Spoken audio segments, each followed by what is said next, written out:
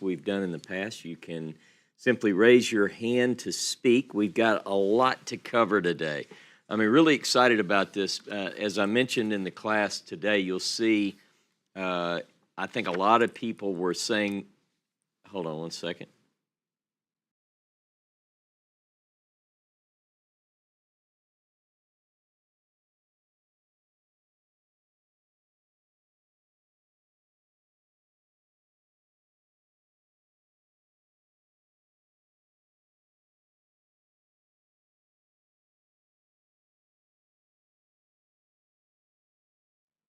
Okay, let me try that. Yeah, a lot of people were saying the same thing I was, and that is that Torah portion Yitro, this particular Torah portion is among the favorites. Everybody who studies the biblical story, everyone who loves the Bible, loves this particular portion of Scripture. And a lot of people may not even know, obviously, the Torah readings. They might be from a Christian background, they may be from another background, another religious tradition, but they love the chapters, chapter 18, 19, even into chapter 20 of the book of Exodus. And part of that is because it contains that central portion, that revelatory portion known as the giving of the law, Matan Torah, as the Jewish tradition refers to it. So we're going to talk about that. We're going to talk about not only what we discussed in the class today, but some of your thoughts, some of your opinions. I want to hear from you. We talked about in this class today, we began with the burden of leadership. And I pointed out that what a lot of us believe is that we have different accounts, different sources about this story. What seems to be consistent across the sources is that there is, in fact, a story that's known from antiquity about the burden of leadership. And at least if you compare Exodus chapter 18 and Deuteronomy chapter 1, you come away with a little bit of difference in terms of detail, whether that took place before the revelation of Sinai or after the revelation of Sinai. Either way.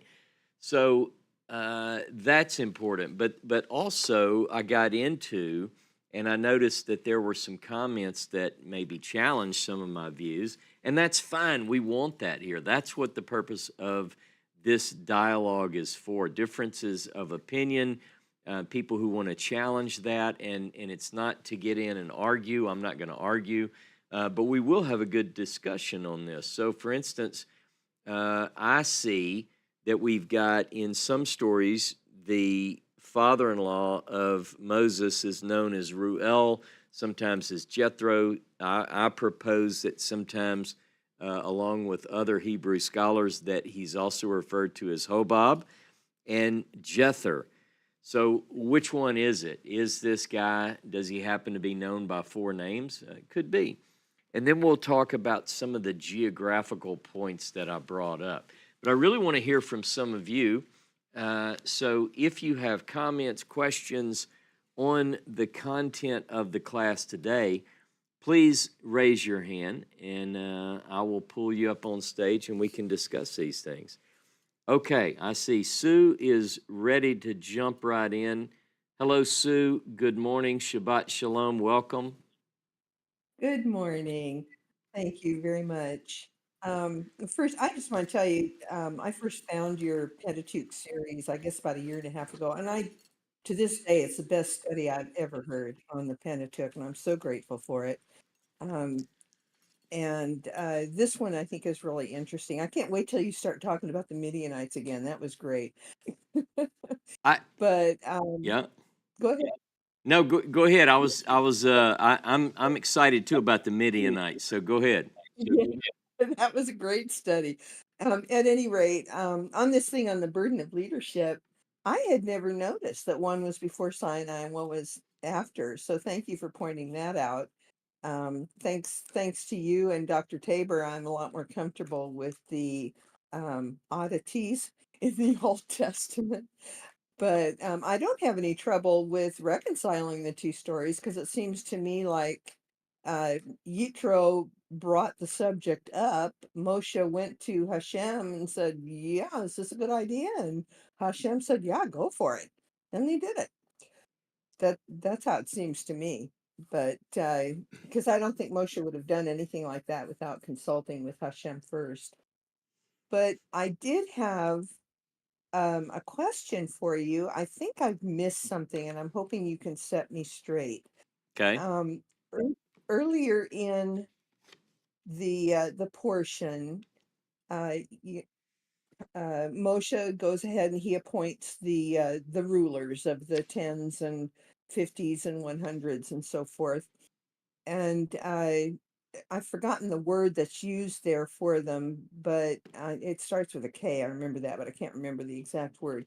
But then later in chapter 19, all of a sudden we're talking about priests.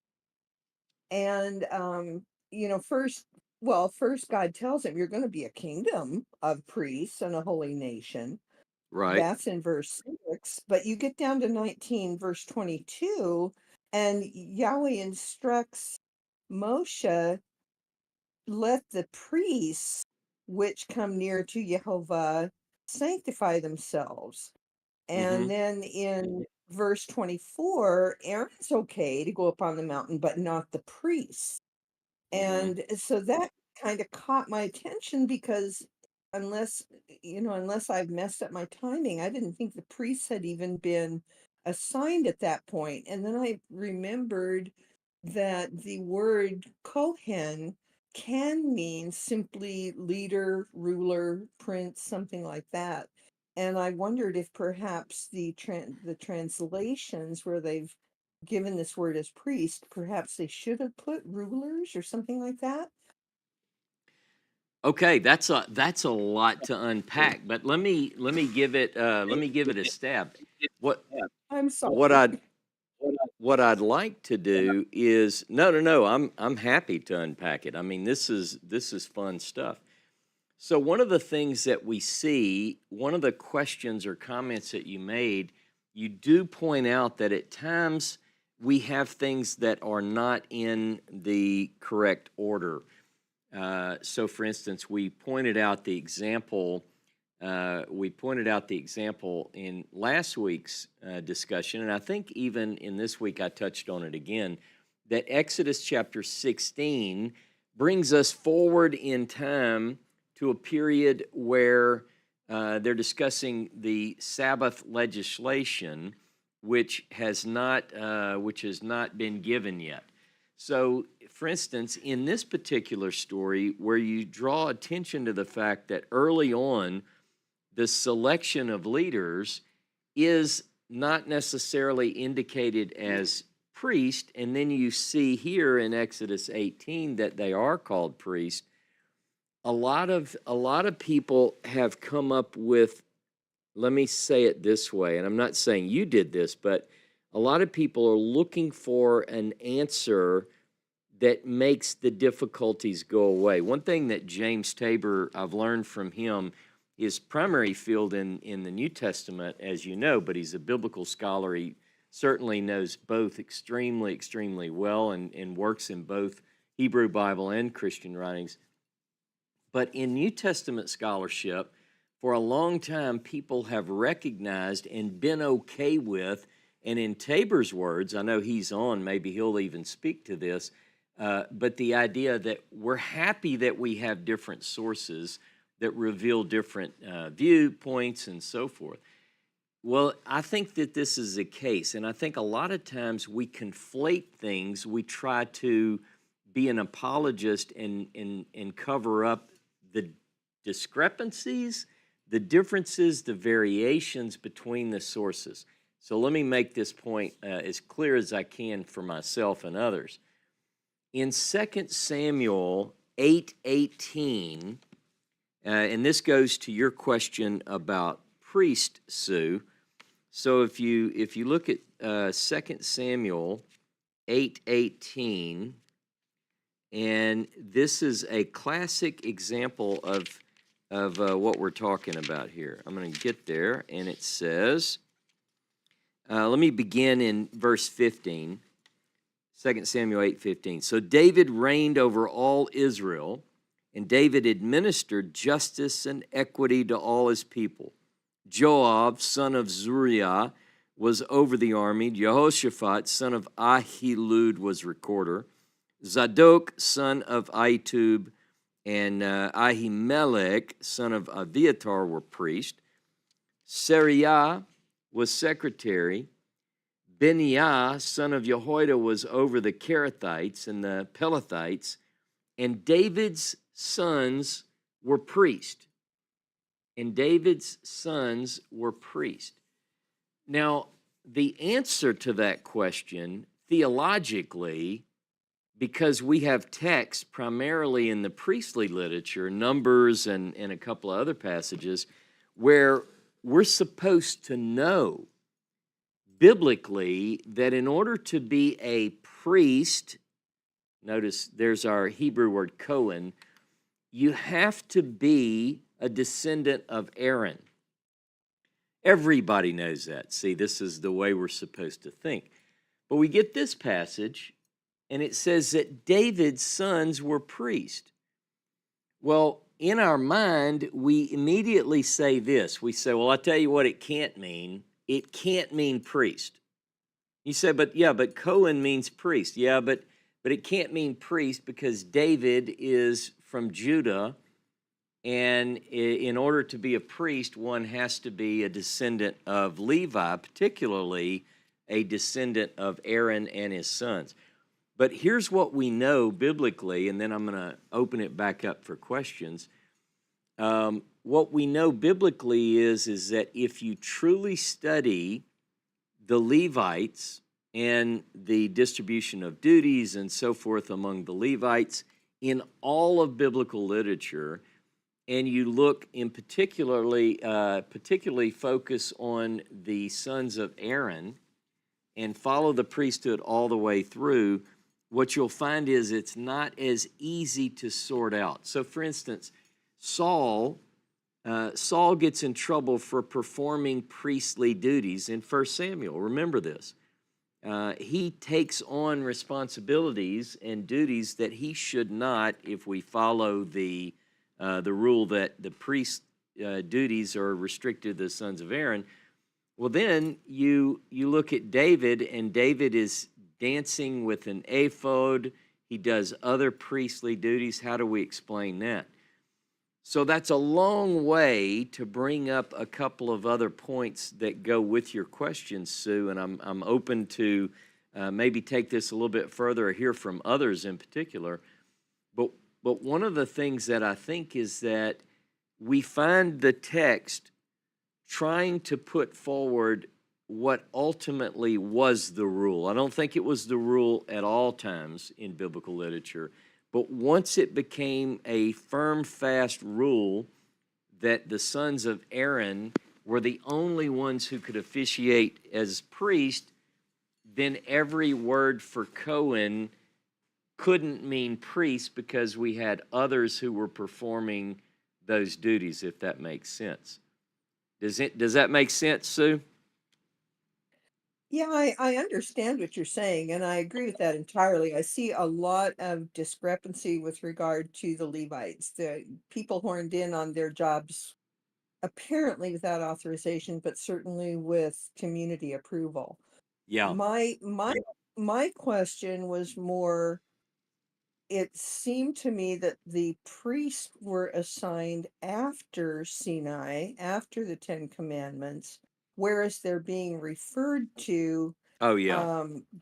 here prior to the Ten Commandments. And I was trying to understand, is this either where Out of place.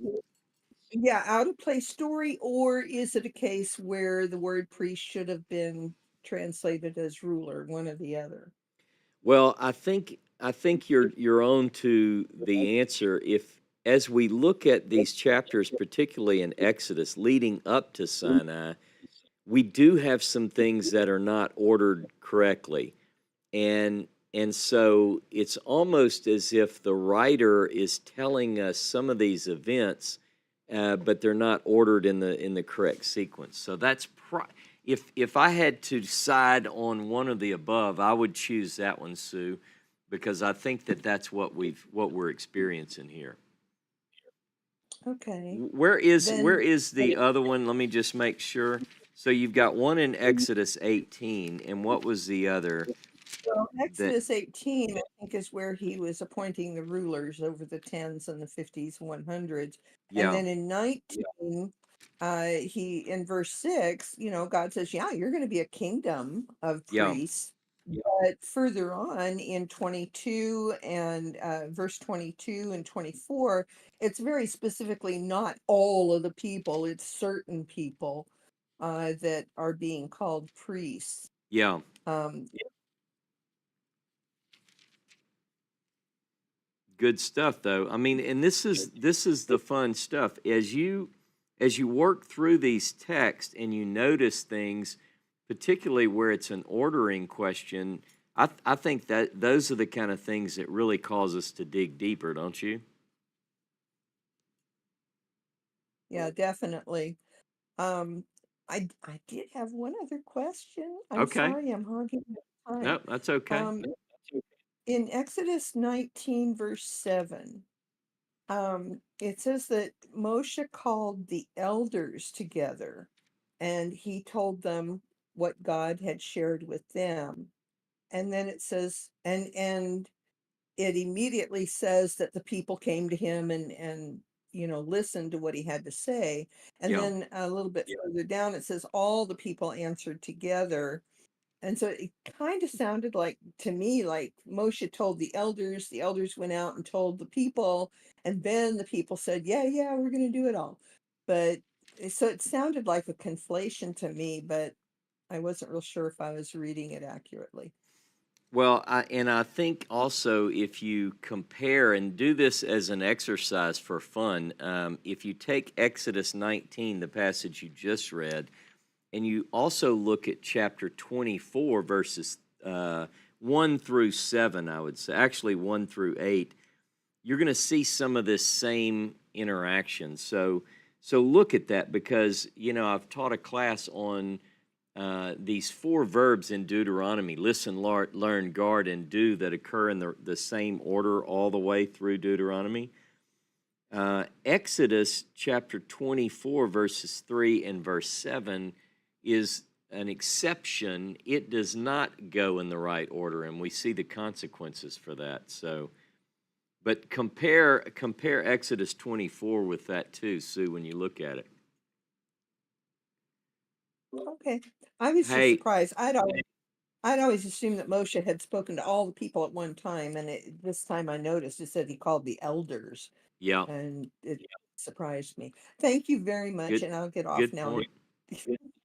All right, let's see what Dr. Tabor has to say. James, I'm inviting you to the stage. How are you today?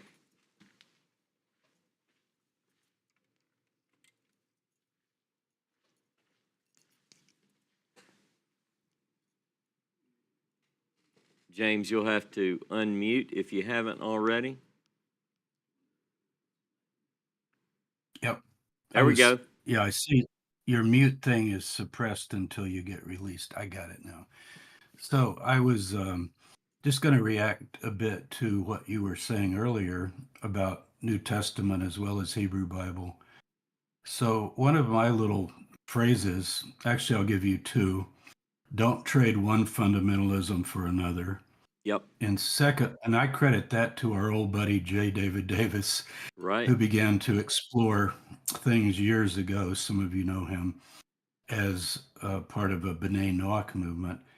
But secondly, and maybe more important, because that's kind of just a cute saying, is don't claim for a text, any text, but particularly texts in the Tanakh, something that they don't claim for themselves. Right. So let's say you're reading Psalm 1, a Psalm of David, it says. He didn't say, I was in the Spirit and Hashem suddenly spoke to me and said, Ko Amar Hashem, and so forth. He writes the Psalm. And that's true of a whole collection of the Psalms. And the reason I mention the Psalms, it's easy for people to see that we have 5 books of Psalms plus one more from the Dead Sea Scrolls, 151. The RSV, the new RSV now adds Psalm 151. Kind of makes it an odd number. Yeah. But if you look at your favorite Bible there, Ross, you'll see that it's in there. I'm That's pretty right. sure. Yeah. Okay, so do we have a new psalm or whatever? Maybe we'll even find new books. There's always the question, if we found something new, would it go in the Tanakh? Probably not at this point. But what if we actually found the Shapira scroll, for example? Would that go in? No, I don't think so, but it would certainly interest a lot of us who think it might be ancient and so forth. But as far as the books we have, I think a good logical approach. Years ago, I got from Ernest Martin, who was much more of a fundamentalist or a conservative reader of the Bible than I am Yeah. in that traditional sense. But he said, James, the whole Bible is inspired, even all of its differences. Now, I wouldn't actually put it like that, but I got his point. Yeah. In other words, I actually, if I'm reading Genesis 1, it's clearly a poetic creation hymn. It ends into chapter 2, about verse 4. Then the names change, and you get a different source that uses Yahweh for the first time, or Yehovah, Yod-Heh-Vav-Heh. And you got another take on the making of humankind in the garden and so forth. And this, you can see it really easy there. So rather than trying to harmonize that and say, oh, how can I fit all this in with the days of creation and all the order, and order seems different. I mean, I grew up hearing people say, but first, Genesis 2 says this and 1 says that, and what's true? Yeah. And that's not the kind of material it is. And I'm not saying it's mythological or worth in the sense of being just fairy tales. It's not. It's very precious material that we should treasure and honor because it's been passed down to us in all of its variety. What we're Absolutely. really glad about is somebody didn't come along and say, this is too confusing. I'm just going to make a single Torah and I'll decide and I'll just, get rid of a bunch of stuff. Isn't it great that we have versions that have been passed down to us by faithful writers and scribes and even original writers that are giving us their versions of the story? In other words, it's a real process, it's real history. And your parallel with the Gospels in the New Testament is very good because people have tried. My friend Kermit Zarley, you might know, I remember he this. has Yeah. yep, I don't, he has this harmony. And what he does is he takes Matthew, Mark, Luke, and John and makes them into one. And when he did that, I said, you know what? Kermit, he's a good guy, good evangelical Christian guy, very wonderful man. I said, Kermit, you destroyed the Gospels. He Yeah. goes, no, Dr. Tabor, everything's in there. I said, yeah, but I want to hear Mark's story. You I want to can't hear hear the Mark. voices. You want to hear the voices. Yeah, I want to hear the voices. I want to hear the traditions. So people get all bent out of shape about it's actually a wrong view of the so-called documentary hypothesis. Let's drop all those terms and just say there are sources, floating sources within the body of the Torah and the Tanakh as a whole. And the scholars try to sort it all out. They're not infallible. Yeah. They have a lot of dogmatic approaches. Joe Dell has worked a lot on this and questioned some of that. Some of us have too. But the text is what it is. Thank God we have it passed down to us. And I want it to be exactly like it is. I really do. And even I do if we too. get other manuscripts like the Dead Sea Scrolls that has a different reading, for example, my favorite is Malachi, either 3 or 4, depending on English or Hebrew. And it actually makes the messenger of the covenant and the Lord, Adon, whom you seek, as 2 figures. And it says in the plural, who can withstand the day of their coming? But if you look at the Masoretic text, it says of his coming. Right. Now there people would say, oh, well, then the whole Bible's destroyed because if we start bringing in that Dead Sea Scroll stuff, we're going to change the Bible and so forth. And the same in the New Testament. There are 4 endings of Mark. I'm pretty sure I know which one is original. Some of you Right. have had my Mark course. But I'm glad we have those other endings. I personally, in that case, don't think they're worth much because I think they were pious scribes trying to fix things. Yeah. But, the essential stories come through, and I guess I sort of delight in the variety of because it's real. It's real people from the northern tribes, from the southern tribes. What I don't believe is this reductionistic idea that, oh, basically this is all just made up stuff. No, these are genuine traditions from antiquity that people passed on with great integrity. So the stories in Numbers might be a little bit different from Exodus, or the order could be different and so forth. But I I just hold my Tanakh in my hand and I kiss it. Yeah. I'm so glad it is what it is. And thank Hashem for the preservation of those faithful scribes, Yep. not even wanting to get a letter wrong. I mean, it doesn't mean then that every letter in it was breathed by God in some dictated way, but what it means is they gave us faithfully what they thought, was coming from their tradition. So that's Well, kind of my defense. well, And hang I don't hang use tight. critical to mean Yeah. destructive. People say, well, you have to approach it critically. Critically means carefully. Ross and I say that all the time. You say critically. Critically doesn't mean you're tearing it up. It means you're reading it carefully. Yeah. And that's how you want to read any text. Let the text say what it says and so forth. So that's my harangue.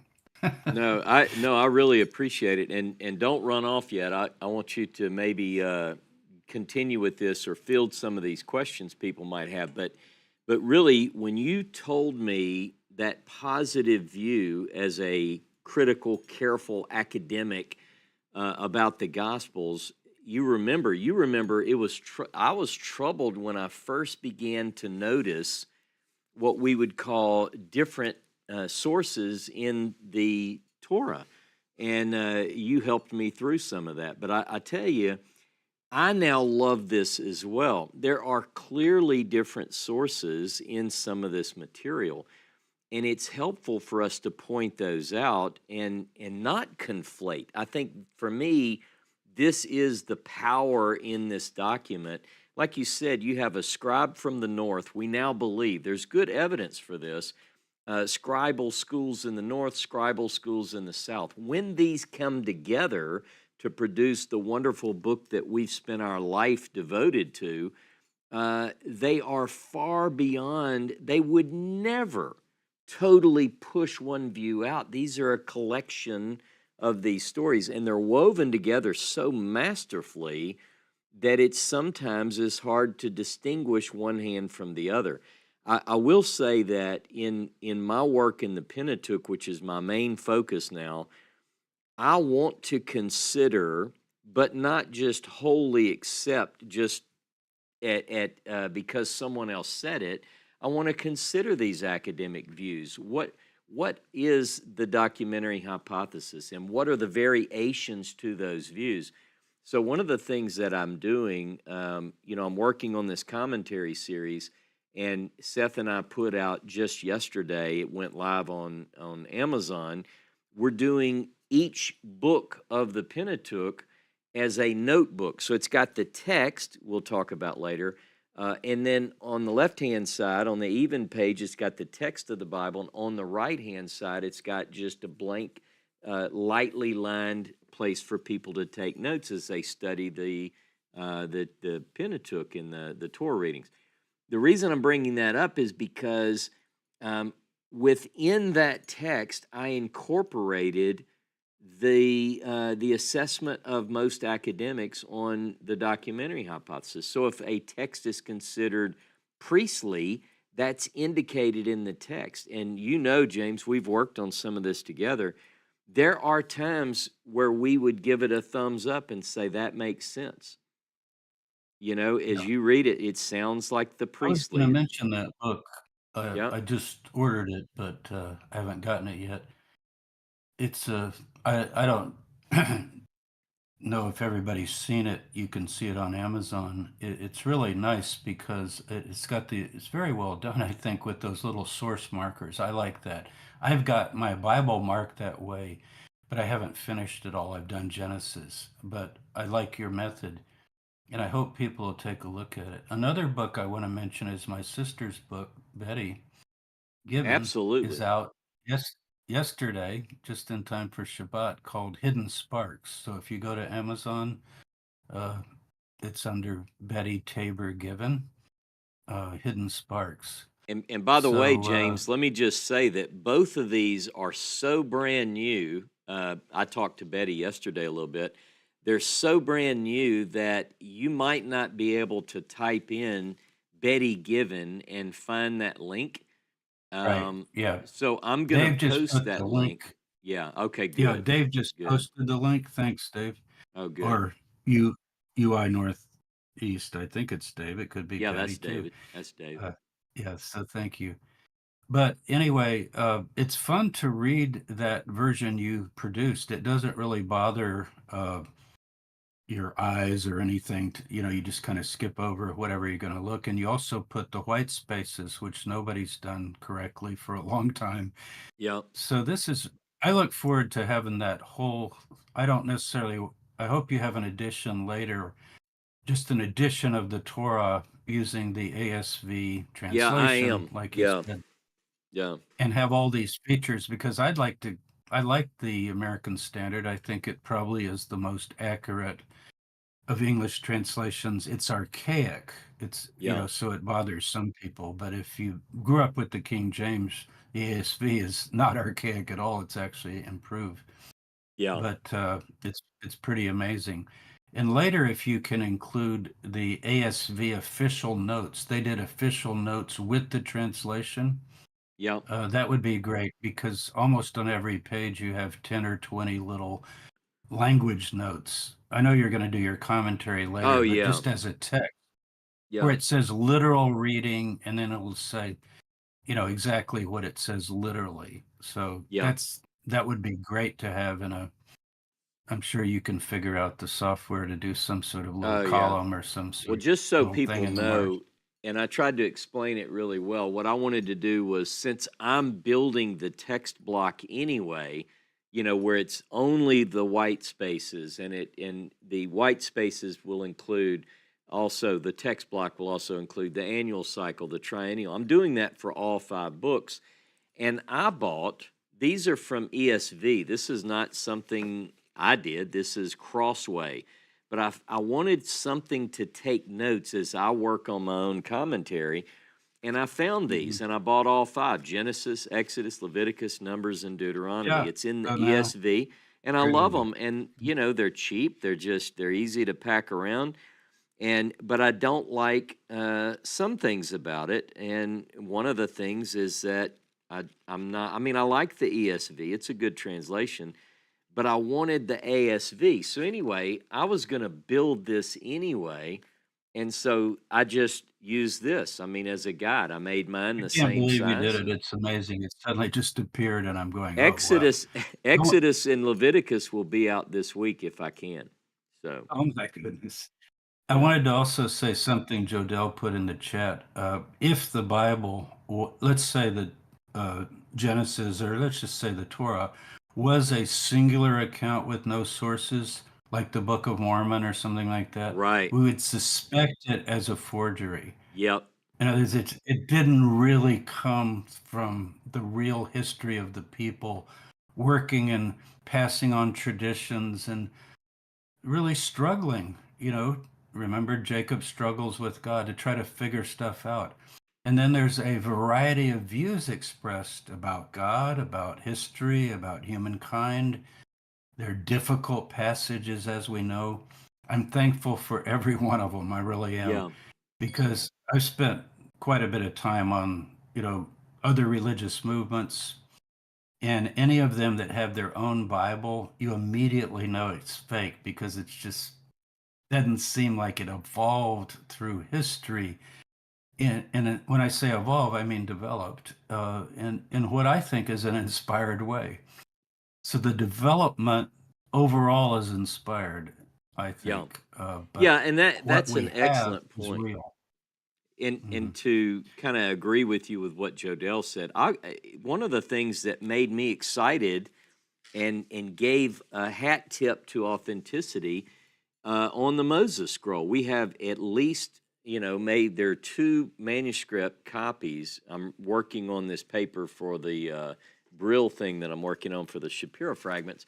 You have discrepancies, slight discrepancies between one and the other, and they're bound together. They're bundled up, and they found them in a cave together. So if, like you Exactly. said, Yeah. if it's perfect, that's a little bit scary, you know? Yeah. It's the first sign that somebody just wrote this to try to fool you, I think. Yeah, that's right. I've got to go All right, in a James. few minutes, but thank you. And I also want to say, just looking at all these comments, we've got a group that has come together here with such a rich experience of studies, of groups they've been in, of moving through this and that. Questers, I put a big Q. We're all Yep. seekers or questers. And it there's such a wonderful spirit here, and nobody's dogmatic. Nobody lays down the law for anybody else. Yeah. People generally are kind to each other, and I don't think there's any group like it, and I'm so glad to be associated with it. Well, we're glad you are too. So thanks for your time, Dr. Tabor. Now, who else wants to put some comments in here? We've heard from Ross all we need to today. Who else? I know I've seen some good comments. Carolyn Smith Kaiser said, "Our faith should not be shaken when we encounter difficult scriptures. It should increase our faith as we work critically and carefully through them." Several people have clicked love on that, and I would do the same. In fact, I'm going to do that right now. That is an excellent comment. When we look at these texts and we entertain these weighty matters, it's not as if we're doing it to pick at the text. We're not making fun. So, for instance, it came up in my class today, and you can tell by the difference in my beard that was done some time back. But as I listened, I was also taking notes and thinking about what I've learned since then and some other elements. And I mentioned that we have some sources which refer to this place as Sinai. Some mention, some reference Horeb. Almost without exception, and I'll tell you about this now, is that Deuteronomy uses Horeb. Exodus uses Horeb at times. But what we generally believe is that the priestly literature outside of Deuteronomy, outside of what's called the D source, will almost without exception use Sinai. Now, we saw today in Exodus 3, there's the use of Horeb. So, and we see Horeb a couple other places in Exodus. The only time that Deuteronomy uses anything other than Horeb is it refers to Sinai in a song at the end. And it's interesting because it's after Deuteronomy breaks from the first person to the third person, and it's poetic. So we have to ask ourselves this question. It doesn't mean, like James says, we don't have to get dogmatic and push a certain theory or say this belongs to this scribe. We simply don't know, but we can point out these differences and ask questions, and I think that's very good and healthy to do. All right, I see Karen has her hand raised. Karen, welcome. It's good to see you today. Shabbat Shalom. Shabbat Shalom. What kind of good questions and comments do you have today? No, I'm reading a book, and I was just speaking of different authors. I'm reading Guy Darshan's Stories of Origins in the Okay. Bible and ancient Mediterranean literature, and he mentions in Genesis when you're reading the genealogies, Mm-hmm. it looks like there's two authors. He calls one a Yahwist and he calls one a priestly author. Okay. And they have like different patterns the way they write things. What's the So, like, the author's Yahwist name, will- Karen? Sorry, what's the author? Guy Darshan. All right. Can you maybe you can And post that on our Discord if you okay, think it's worth reading for sure. sure. Yeah, definitely. Um, he talks about, like the Yahwist prefers the begat formula, and you know, Canaan begot Sidon, and Joktan begot all the others. Yeah, But and then he says the priestly descriptions is more like, and these are the generations, and they'll list names. right. And the Yahwist will list the mothers sometimes, and the priestly writer doesn't necessarily do that. Right. So I mean, I think the compiler is like putting together, maybe source some things from different sources.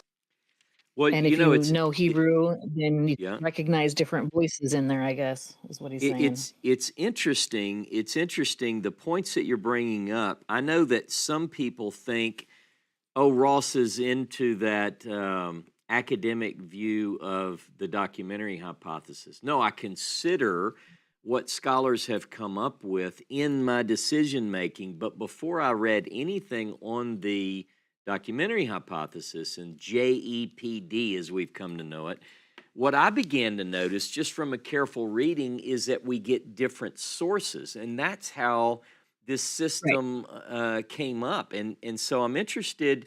The author that you just referenced in the book that you just referenced says he's focused on two sources, and so that's another view. Now I don't know when this book was written. You might have it in front of you, but Just recently. It just got when? translated into English.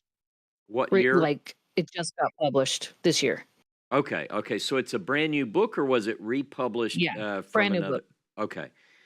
Brand So what? brand new. Well, I mean, at the Hebrew University, and it was originally written in Hebrew, and Cambridge Press just translated it, and I just was able to get it in January.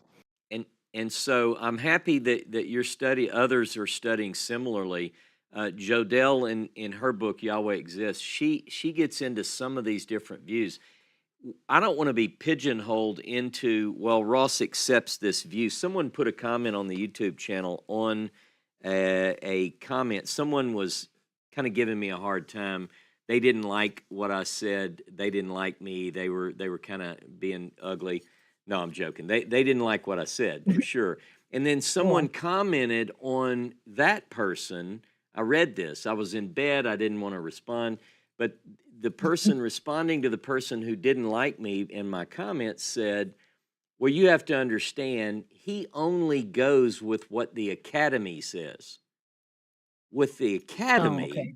So, but you see that I don't want that view of me. That's not it. So I'm Right. interested, and Jodelle writes about this, and these scholars, there are people who say, well, there are four sources, and then others say, no, that's outdated. That's a 19th century theory. Let me tell you what it really is, and then there are differences. But the predominant view among scholars to this day, I know there are outliers. I know there are people with good theories who are challenging. The book you're referring to may be one of those. But the general view that's still fought for today is called the documentary, and it has four sources. And I was going to say one other point. This book is a good book. It's by Joel Baden. He's one of the leading young scholars today in the field of the Pentateuch. He wholly accepts and advocates the documentary hypothesis, and he gives cases. The reason I like this book, I don't know if many of you have read it, but it gives case studies and it forces you to look at it. You can come up with another answer, but it's still there. Anyway, composition of the Pentateuch, Renewing the Documentary Hypothesis by Joel S. Baden. Now, I want to look at yours too, the one that you're talking about, Karen. So, Yeah. It was recommended by Yoel. That's the only reason I bought it. Yoel Halevi? Halevi. Yeah. Okay, good deal. Oh, thanks, Dave. Dave posted that link. Okay, Karen. Well, maybe you can post a link to that on the Discord under books, whatever our Okay. little category is. What else do you have for us today, Karen? I don't know. Well, Not a lot. I look forward to meeting everyone in real life at the conference. amen. Amen. I'm looking forward to you being here. It's going to be fun. All right. Well, Yes. let's see what Brother Dave has to say. Dave Tyler, I'm going to invite you to the stage to speak. Hello, David. Hey, good morning, Good or good morning. afternoon here. Yeah. I wanted to change the discussion a little bit.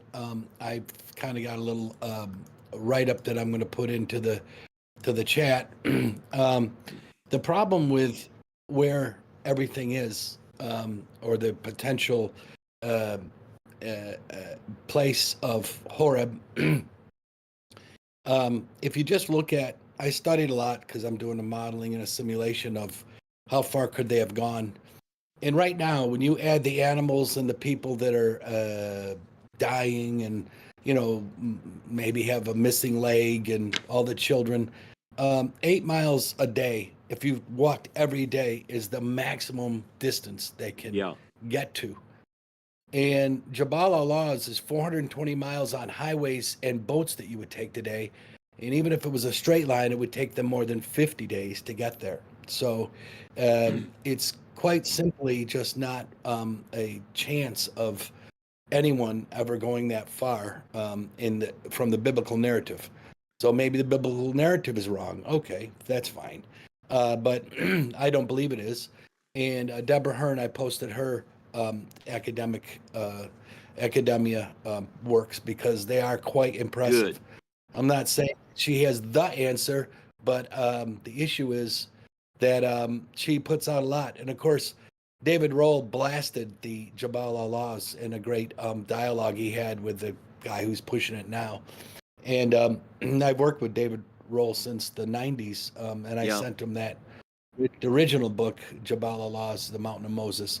So I just wanted to throw those references out there, and just trying to be, even if you take Simca's Jacobovich's Mount Sinai or that, it is really pretty interesting to look at those. They're actually not that far apart, but it isn't over. It isn't, it's not in Saudi Arabia. It just doesn't make any sense. And Jodell has asked, do you have published regarding it? Yes. I'm don't get mad at me. I'm using the UN refugee studies. Yeah.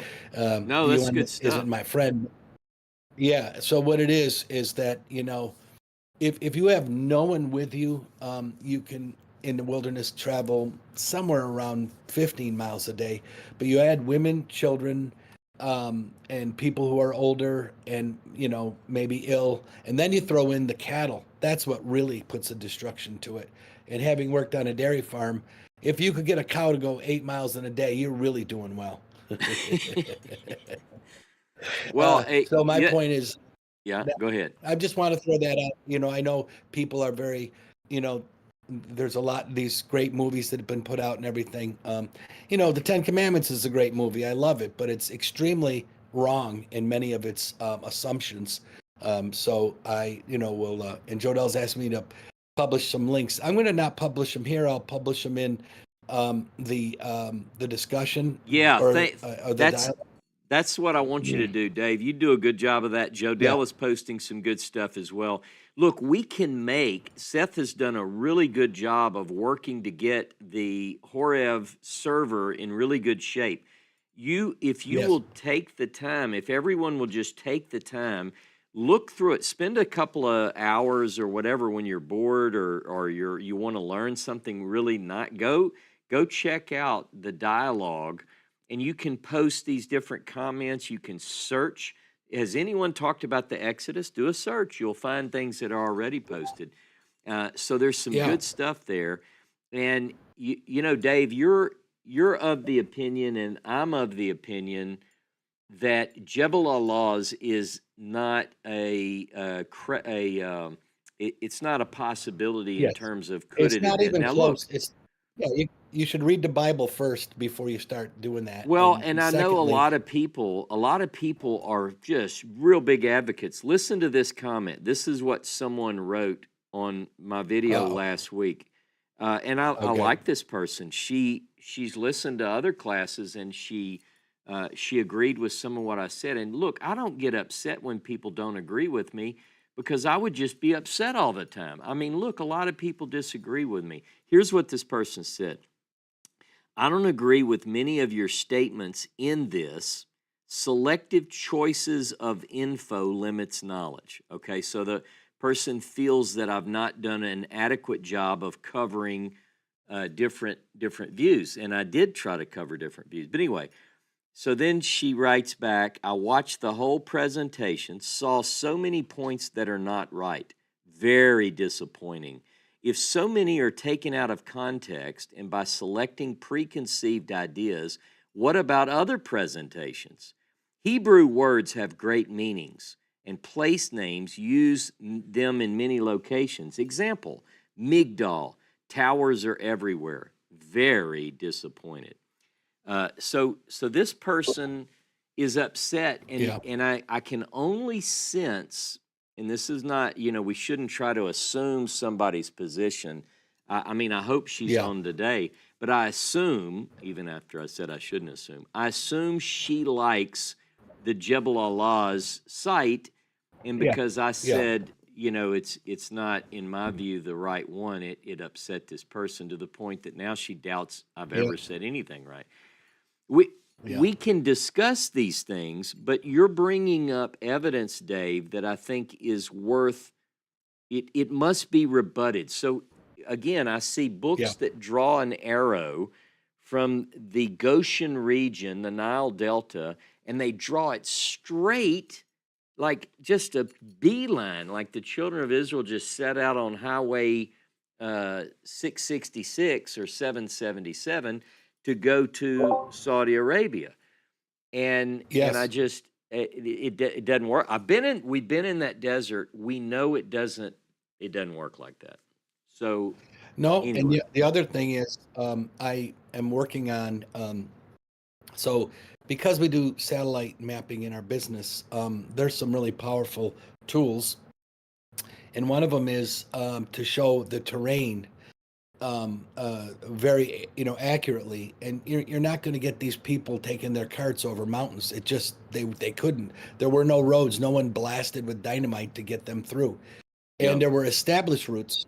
There were established trade routes. So from that perspective, that's another thing they wouldn't just go through the wilderness and just start. Like if I went into upstate New York, my God, I'd run into there's 50 some odd peaks, and you'd have to go through all. So even if it's 150 miles to where I want to go, the actual walking would be probably 200 miles or 300 yeah, miles. And then finally, the thing that this does really well, and I really love, is it looks at the ecological and changes over time. yeah, And one of the things is that, for instance, in the area that James kind of turned me on to, in Nevada or in New Mexico, yeah, Los Lunas. When I did a study, and when you go back in time, there were actually, it's a desert now where Los Lunas Mountain is, and where that Decalogue is written. However, and then James did a great thing about what date it was through some, they kind of celebrated, they wrote in Iraq a certain eclipse that happened, and I believe James said it was on Yom Kippur in 107 BC or something insane like that. But my point is, during those times, there were orange trees in the river. The Rio Grande came all the way up to that mountain. So you can't look at it today and say, well, this is how they went across it. So the issue is, when you look at what happened through the environment over time, and where the water might be and all that other stuff, that's not what it is today. So stop thinking like that. And like you kind of said before, I don't think they went 600, 800 meters down steep cliffs with cattle. And, Eric was saying cattle might be easy, but what about the goats? And if you've ever tried to shepherd yeah. goats, that's a whole nother story. You Well, need one some thing, good just Australian mountain. when you talk about changes, Dave, I just want to jump in. One thing that Yeah. everyone agrees on is that if you look at the Nile Delta now, people look at what I'm describing as the crossing point because the geography fits in my mind that would be in that area. And they look at it now and they go, oh, come on, Ross, that's like a ditch in Texas. You know, you're telling me that they just waded across and that's not. How are you going to drown an Egyptian in that? But what they don't realize is that part of what has changed things is the Suez Canal. And you have all this dredging and differences and rerouting and so Yes, now, absolutely. yeah, now if you look at it, people go, oh, come on, Ross, you're a minimalist and you need to be burned at the stake. And I'm saying, no, no, no, hold on. You have to Yeah. understand the Yeah. first thing we're doing is finding where it took place geographically and where in the narrative that it took place. There is Mm. water there. What did it look like 3,500 years ago? That's one of the main points. And to your That's the point, problem. Deborah Hearn did some good stuff on that. Yep. Oh, she's a brilliant woman, and I believe she's a s- um, Seventh Day Adventist. I believe because I've seen her talk a lot with the Adventist people. But the last thing I wanted to say and curve into what Dr. Tabor said, that was the issue is that if we were talking about this several hundred years ago, we would be tortured and maybe even killed. So my point is that it's a great thing that we can talk like this openly and have disagreements. Yeah. But the fact is, there's there's too many issues. You brought up the whole idea of anachronisms in the Bible, and somebody went back and wrote that afterwards. That's not a bad thing. Like James was saying, it's a beautiful thing that we have all these views because that's what Yeah. they believed or whatever. And so I think it's great that this Discord exists. And just one last thing, the community voice and video is where we can talk anytime. If you see someone on there and want to chat with them, it That's doesn't have to right. be after class, anytime. So that's a beautiful thing.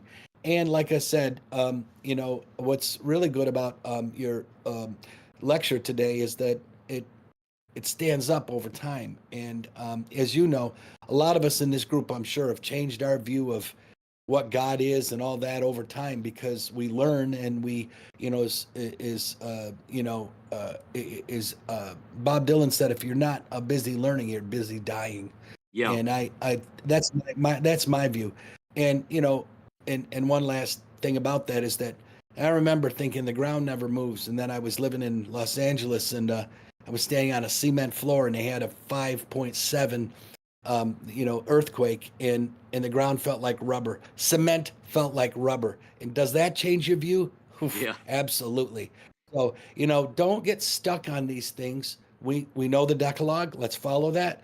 We believe in the Almighty, the El of Els, the, Jehovah. And, let's do our best to live our lives like that.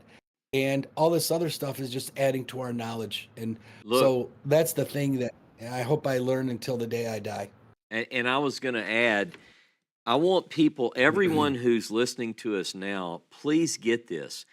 If you're sitting there listening and you say, well, I don't care what Ross says, I'm telling you, I saw Ron Wyatt on video and I watched this Tim Mahoney, and I'm telling you, they went through 2,400 feet of water no matter what he says, even if the walls of water blocked out the sun, because they found a wagon wheel under that water. Yeah. If that's your view, don't Right. think that it's my way or the highway, as we say. Go on the dialogue. In this right here, you're here today, so don't tell me you can't Yes. find it. You found it. So if you're here, go into the dialogue and say, Ross, here is an article, and it says that Mount Sinai is Jebel Allah's, and I'll believe it until the day I die. Because I want people to present the different views. I don't want to be the guy who just says, nope, your view isn't important. Let's discuss it. And if the evidence turns out that you're right, then I definitely want to go with that decision. You see what I'm saying? So I'm just trying to Yeah, encourage people, post different Sure. views.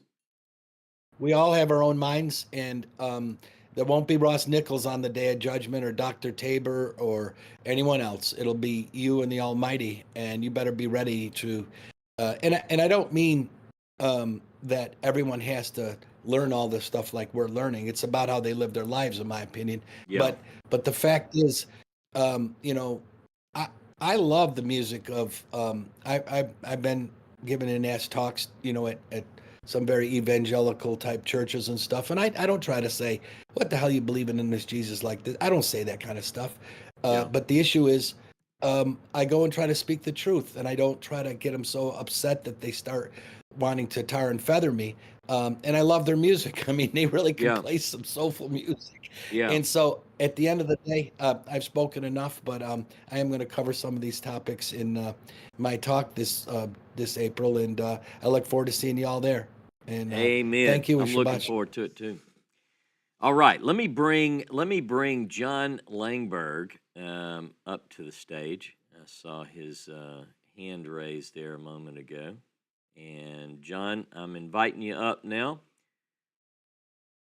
Let's see if you're up there. There he is. Unmute and let's see what you got. What kind of comments or questions do you have for us, John? Good to see you again, or hear you.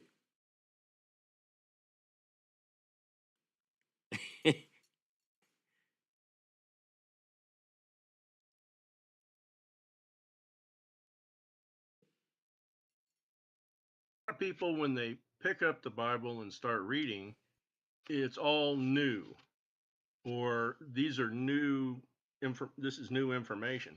Yeah. The thing is this, people have been wandering around that part of the world for thousands of years before we got to Moses. And Yeah. so the routes that people, I mean, they just didn't every day say, well, I'm going to walk east until I find something.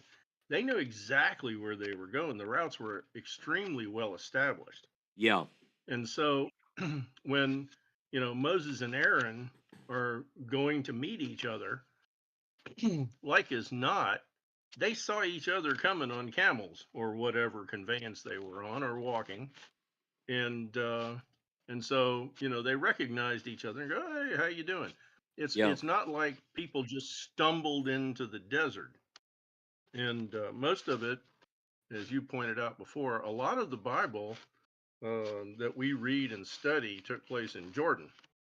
And so when Yeah. Lyndon and I were in Jordan for a few days kicking around, we had the opportunity one day of having a Bedouin guide in the area of Petra. Yeah. And there's a lot of history there, and these people really know where they're going, what they're doing, and it's not something that just recently happened. It's generations of that. Yeah. So to think that it was just a happening and they didn't know where they were going is just not credible. So that's just all I wanted to point out. Hey, Is that good there was point. a lot of Yep. so. And I'm looking forward to meeting everybody, and I hope that you find my cooking acceptable. John is the master chef. He's going to prepare food for quite a bit of the conference. We'll talk more about that as we get closer.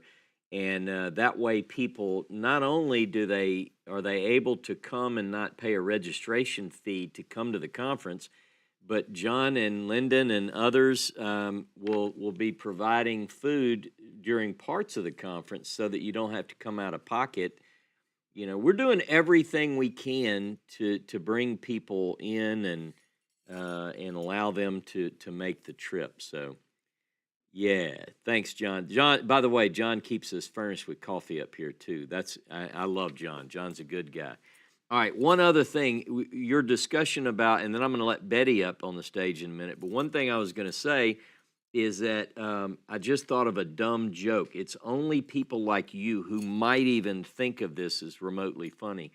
When he's talking about he might have got a camel and they met or whatever, my mind went to the area called Avaris, and I just thought about, instead of renting from Avis, a car, which was before this time, you could go get a camel in Avaris. So anyway, dumb joke, but I don't know. Maybe you nerds would think it was funny.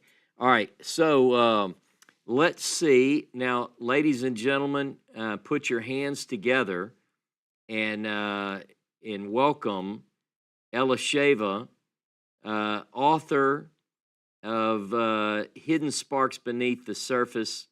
Betty, my friend Elisheva, welcome. And how are you today? Shabbat Shalom. It's almost your birthday, by the way. Yes. Can you hear me? I can hear you perfectly well. Now you have totally embarrassed me. I wasn't going to say. I'm not shy in one way, but in a way of promoting myself, I kind of hang back. But thank you. Thank you so much Yeah. for that. Um, First of all, thanks everybody for all of your comments and for your class today, Ross. Everything excellent. So much to think about. And the idea that several of you said, we have to keep learning or we die. I mean, Yeah. learning is really the key to life. And asking questions is something that I've done since I was a little girl. In fact, I mentioned that in the very beginning of my book. My grandfather used to say that Betty Kay can ask questions that he can answer. Now, of course, that was tongue in cheek, but Yeah. I'm still asking questions. And so I have a question today, not regarding the location of Mount Sinai Horeb necessarily, although I do have questions regarding that. Yeah. But it's about the verse that you quoted in Devarim 5:19, Deuteronomy 5:19. Okay. I can read it. Yeah, read it. These words, okay, and this is from the Koran. These words the Lord spoke to your assembly in the mountain out of the midst of the fire, the cloud, and the thick darkness with a great voice, which was not heard again. Mm-hmm. And he wrote them on 2 tablets of stone and delivered them to me. Now, did I hear your reading say instead of he spoke with a great voice which was not heard again? Did you say something about Ain Ode and no more? It may have been, Oh, yeah, I may have been reading a certain translation, and those translations really vary wildly with that. Are you right. looking at the Hebrew right there? What is the verse? I'm looking Well, in English and Hebrew. Let's see. um, What is it in Hebrew? Do you know? Is it okay, 5:19? No, let me it's find it. must be Mine is 5:22. 21, 22. Let's see, I'm looking for my Quran. I love it, but it's the writing is very small. Yeah. Um, Well, go ahead and make your point, and and then well, the point is, I mean, I agree that these were the 10 words and there was no more. I know there are a lot of teachings out there that there was more and more and more and all this, which I don't believe. But to me, there's a difference in Ain Ode and there was no more and a voice that was not heard again. And I just mhm. want to understand. I'm looking at the Hebrew in another Here I version that I found it. have. I found it. I found it. Okay, what does it say? So yeah, it's that. Let's see. These words, the words of Hashem to all your congregation in the midst of the mountain, or out of the fire and the Right, cloud, and the right. dense cloud, a great voice, and no, he So, added, and he added nothing. okay, And he okay, wrote, this is my translation. He wrote them, okay, al shnei luchot, and he wrote them upon 2 tablets of stone, and he gave them to me. So at least the idea conveyed in here, and again, to your point, I know people mhm, can interpret this various ways, but the phrase, it's not ein ode, mhm. which would be very, So very clear. Velo Velo Yasa, yasaf, yeah. Yasa. and he didn't, Right. and no, he added, or he added nothing. Right. Well, see, this translation also, Velo Yasaf translates it, there was a great voice, never to be repeated. Again, it's not the Yeah. same as, and there was no more. So I guess I don't understand Well, I think the question why becomes, it what can be did so God different. speak? What did God speak? So Exactly. if we Mhm. look at the 10 words, if we look at the 10 words in Exodus and Deuteronomy, we have questions because you switch from the first person to the third person. The rabbis get into at great length, as you know, on what did Mhm. he say. You know, there's even a tradition that God spoke the opening and then angels conveyed the rest. We see the New Right. Testament picks up on this, and where do they get it? Well, they get it from the Hebrew tradition, the Jewish tradition. So Mhm. Christians didn't just make this up to depart from the text. They followed others who had already departed. So the question is, what did God say? How much of the 10 words? Now, if you look at, this is just a little plug for the Moses scroll, but you look at that text, it's all first person.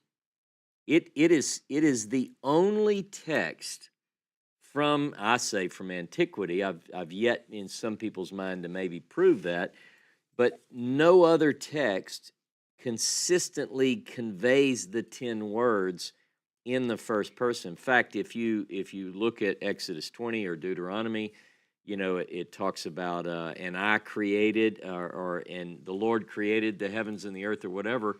Here it says in the Moses scroll, he says, and I created in 6 days I created.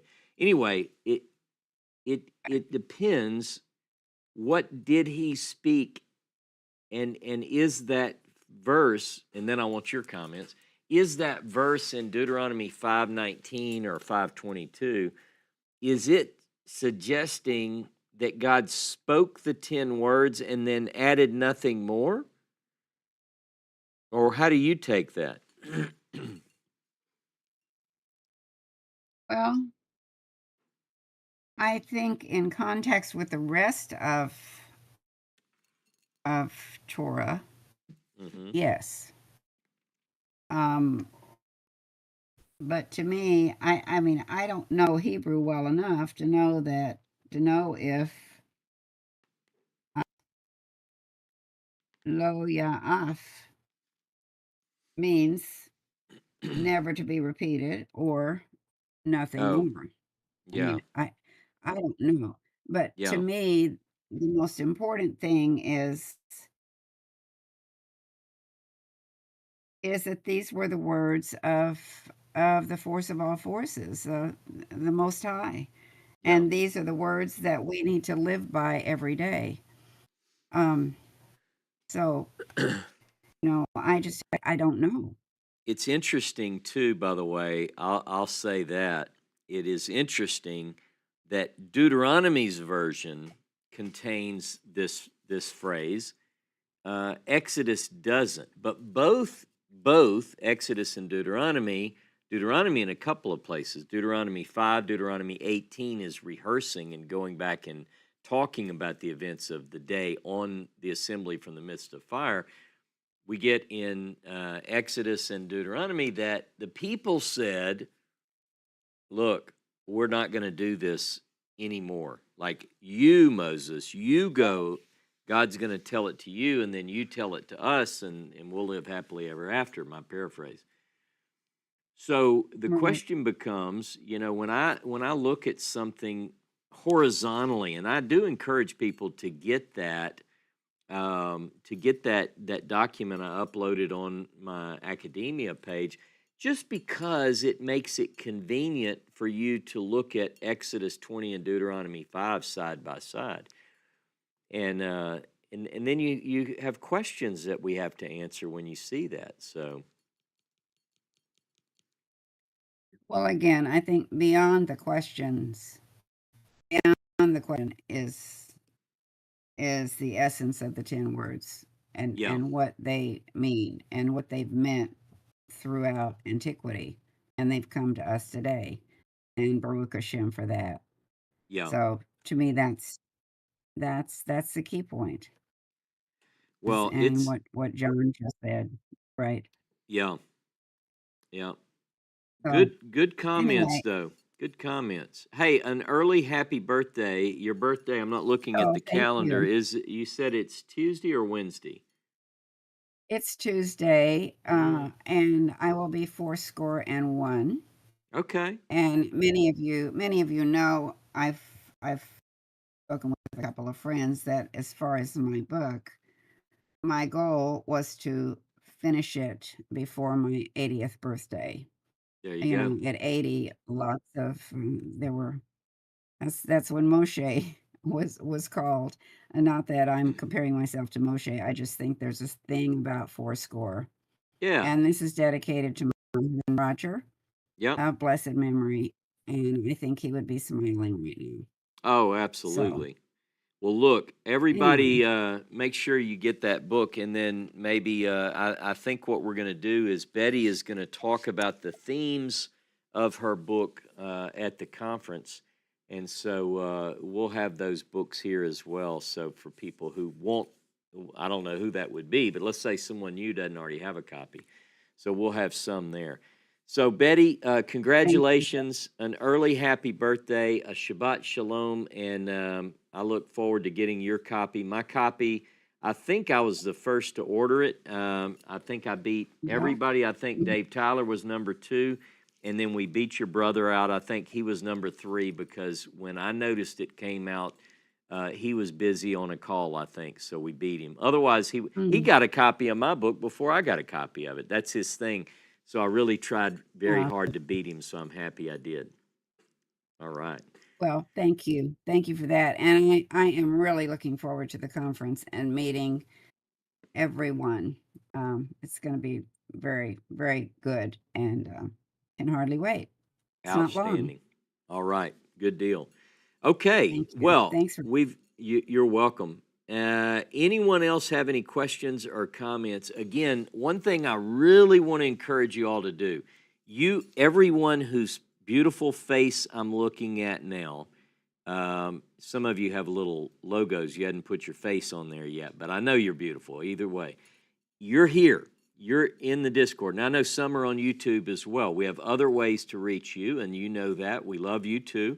But I'm just saying, if you're part of the Horeb server, you're here now.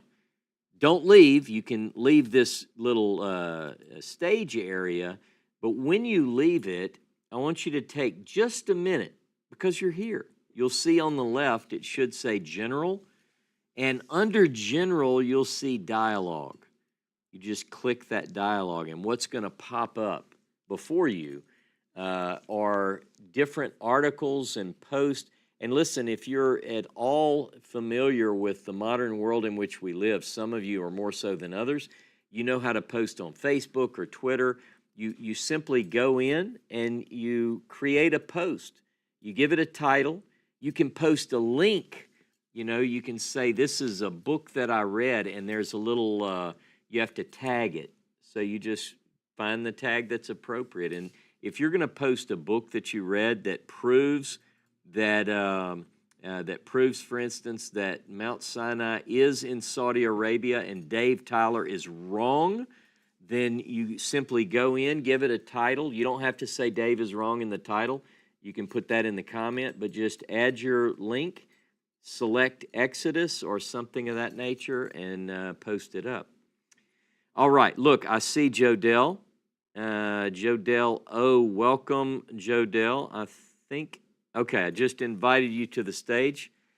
Hello, Shabbat Shalom. How are you today? You're on the stage, and I know that you're looking to unmute your microphone. But you're there. Okay, I think I'm there now. You Shabbat got it. shalom. You got it. All Shabbat right, Shalom. woo! One small step for That's humanity, it. one giant leap for the tech world here. You are admitted. So You are admittedly a connoisseur of technology. I know that. Yeah, I could probably give Elon Musk a run for his money there. I bet. But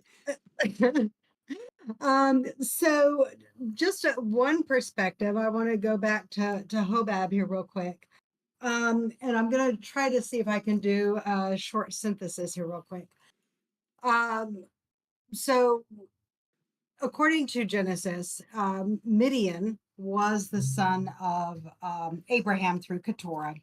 When he got of a certain age, he did not receive his inheritance with Isaac, but he was sent to the east. So, of course, his land, the land of Midian, is going to be to the east.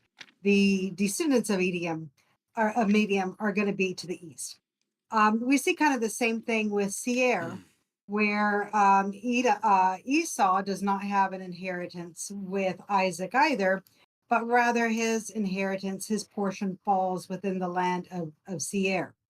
So the descendants of Edom become intermingled with the descendants of Seir. They kind of become one people. And, if we look at the chronology, honestly, the descendants of Edom are more the descendants of Seir than what they really are Edomites, simply because that you have the singular Edom intermarrying with all the relatives of Seir and the people in that territory, where they don't really intermarry with Jacob's family or Isaac's family anymore.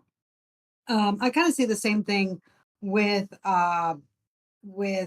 Jethro, Raul, where their families, you have the singular Midian who immigrates over to what is the land of Midian, but it's probably the people there are probably the Kenites in that area.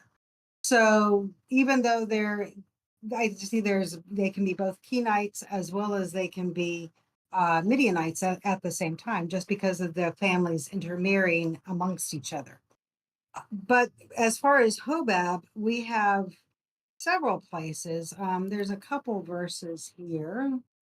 Let me go to, I've got to bring it Judges back up here 4:11 real is quick. one of them. Yeah, there's Judges 4:11. There's also Judges 1:16, where it says the children of the Kenite, Moses' father-in-law, went up out of the city of the palm trees with the children of Judah. And that would be later because, at least according to the chronology that I understand, that's about 230 years or so after they come into the promised land. It would be a little bit before the time, quite a bit before the time of Deborah, but it would still be probably at least 30, I'm just going off the top of my head, maybe 60 years after the actual Exodus.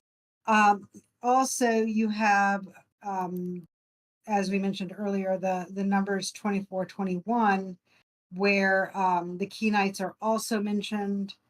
But as far as Hobab is concerned, for at least my understanding is that Hobab is consistently the son of Raul / Jethro.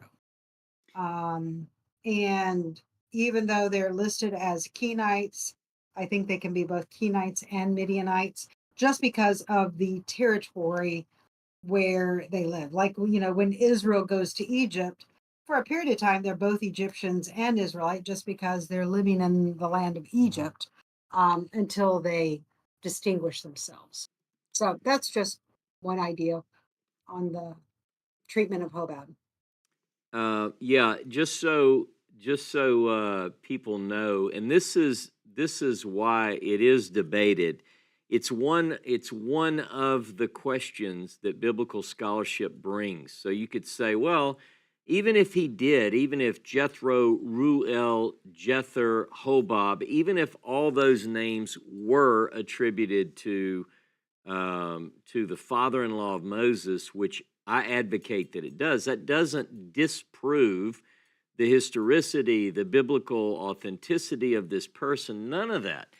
But a lot of times people will say, well, I don't think that this name or that name is ascribed to the father-in-law of Moses. So Judges 4:11 is the one that gives the biggest twist to the whole thing. And I would encourage people to look closely at that. And it basically it refers to Hovav, Choten Moshe, Hovav, the father-in-law of Moses.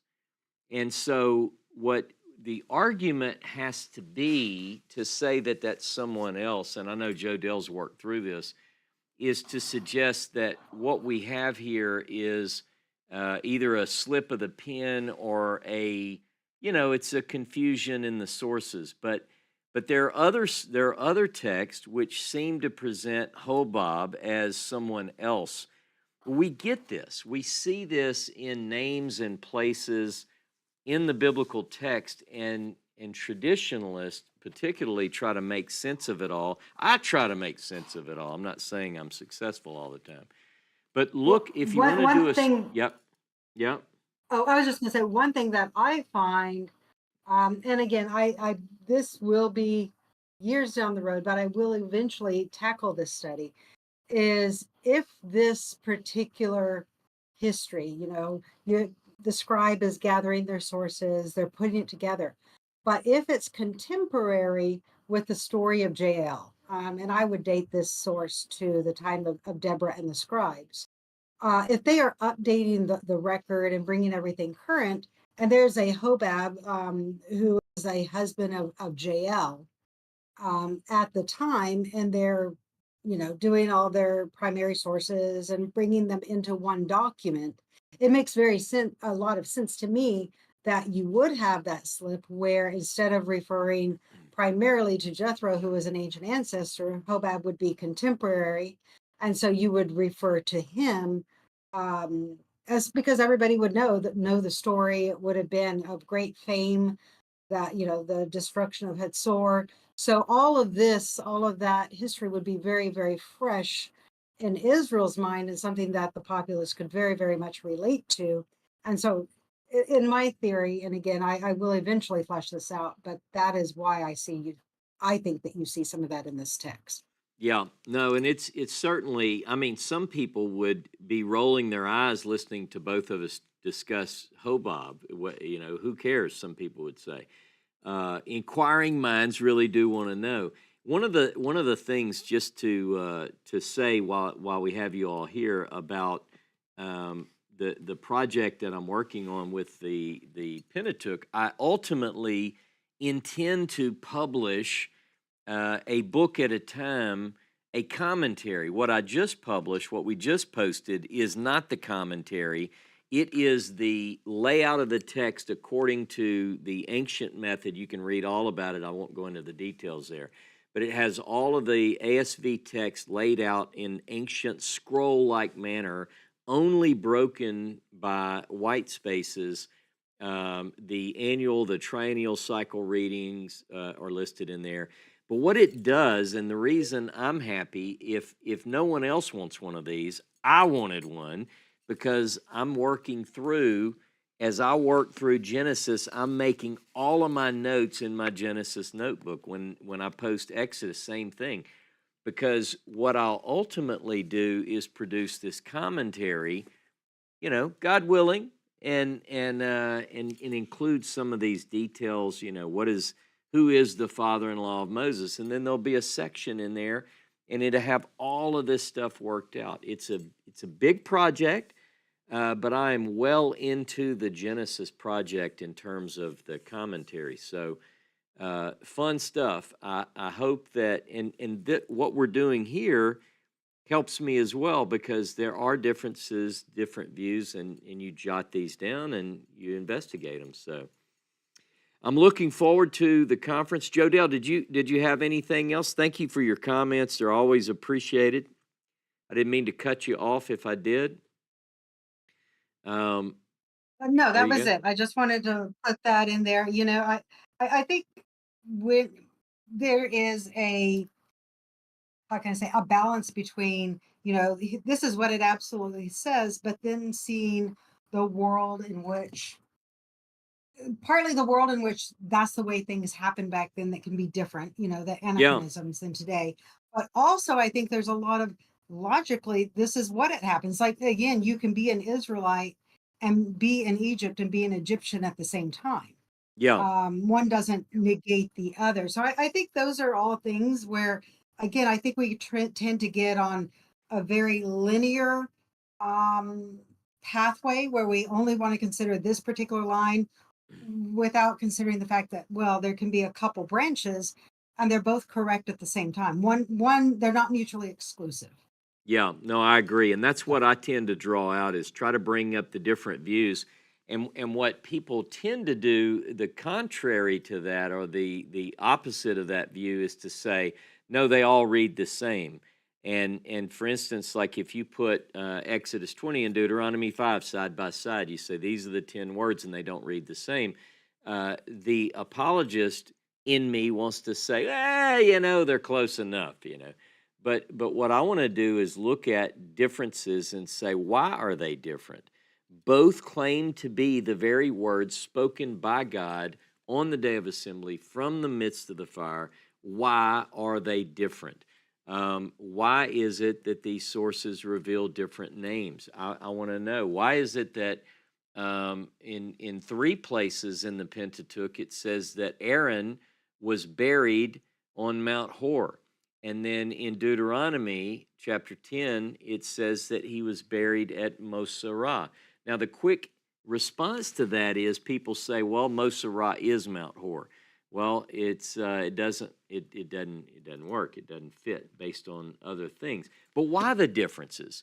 And that, I think, is the power in these discussions. It brings us to the table and allows us to engage with the text that has inspired people for thousands of years, brought untold good into the world, and I'm excited to be part of this discussion. So one more pitch for those who are on Discord. Spend some time in the dialogue. Jodelle, admittedly, is not a super fan of technology. She's jumped in. She's posting all kind of valuable content here now. You can do it too, and I look forward to seeing you all in the dialogue.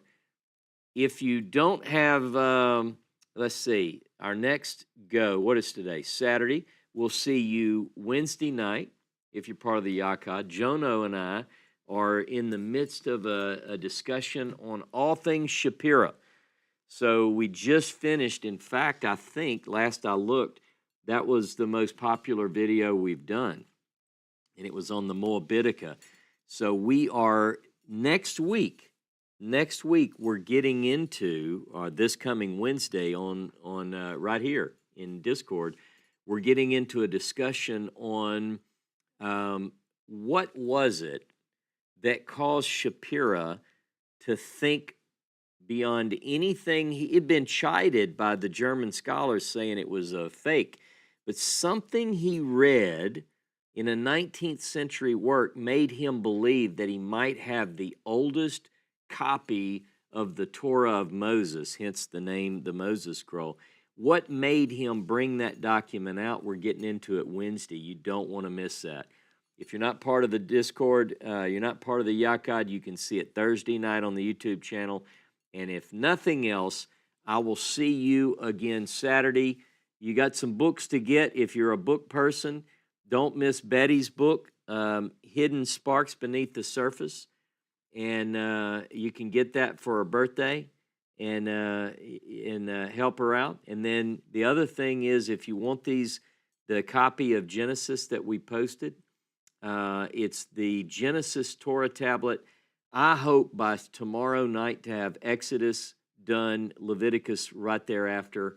Over the next few days and weeks, I hope to have all 5 posted on Amazon so that you can have your Torah tablets, we call. I need to trademark that name. I think that's pretty good, Torah tablets. Hey, printed in the USA. These ESV ones, I have these too. These are printed in China, but, I don't know, buy American. Hey, God bless you. Thank you, everyone, for joining us today. Have a beautiful week, beautiful rest of your Sabbath, and Shavua Tov. We'll see you next time right here. And until then, God bless you all.